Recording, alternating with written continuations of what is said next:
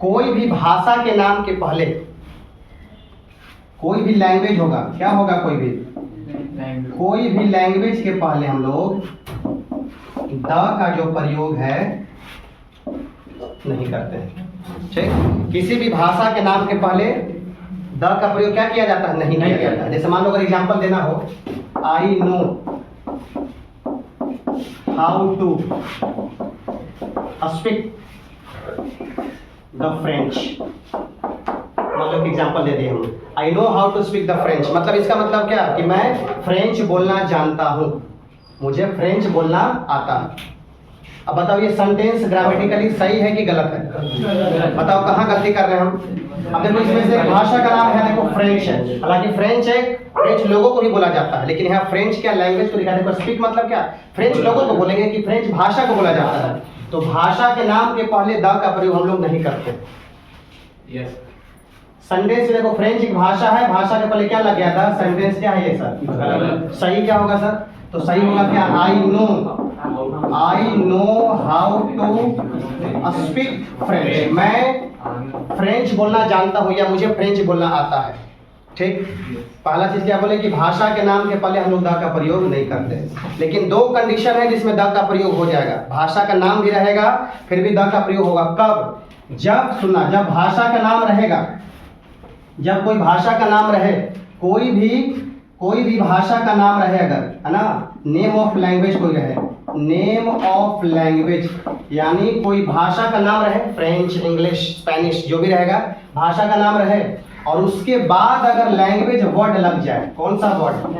अगर language word लिखा जाए, LANGUAGE, अगर लैंग्वेज वर्ड अगर लिखा जाए तो उस कंडीशन में हम द का प्रयोग तब क्या करेंगे, हम करेंगे। जैसे इसका एग्जांपल, अगर एग्जांपल बोले हम आई नो, सेम एग्जांपल लो, I know how to speak, पहले बताओ लिख रहे एक sentence, I know how to speak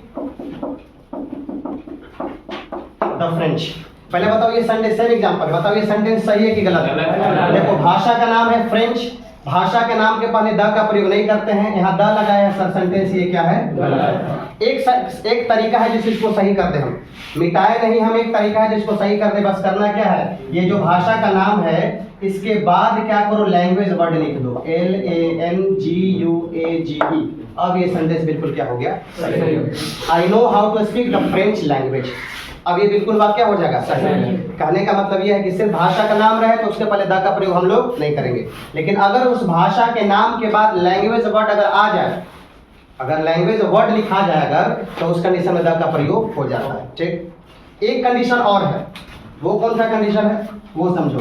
अगर ट्रांसलेट वर्ड अगर आ जाएगा, कौन सा वर्ड? अगर ट्रांसलेट अगर वर्ड आ जाएगा, अगर ट्रांसलेट ऑफ, जैसे मान लो ट्रांसलेट हिंदी इनटू इंग्लिश, अगर पूछा जाए ये सही है कि गलत है। अब देखो यहाँ, अब तो तुम देखोगे कि हिंदी एक क्या है, लैंग्वेज है, भाषा है, इंग्लिश भी क्या है, लैंग्वेज है, तो द का प्रयोग नहीं किया सर, बिल्कुल सही है, लेकिन ये सेंटेंस क्या है, गलत है। क्यों? अगर भाषा के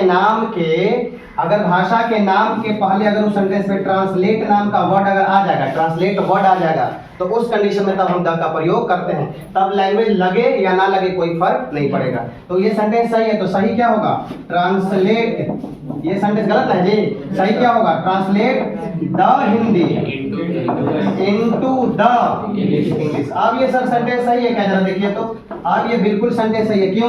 क्योंकि देखो ट्रांसलेट वर्ड आ गया, और जब ट्रांसलेट वर्ड जब आ जाएगा तो उस कंडीशन में भाषा के नाम के पहले हम क्या करेंगे, द का प्रयोग करेंगे। दो बात याद रखना कि भाषा के नाम के पहले द का प्रयोग हम लोग नहीं करते।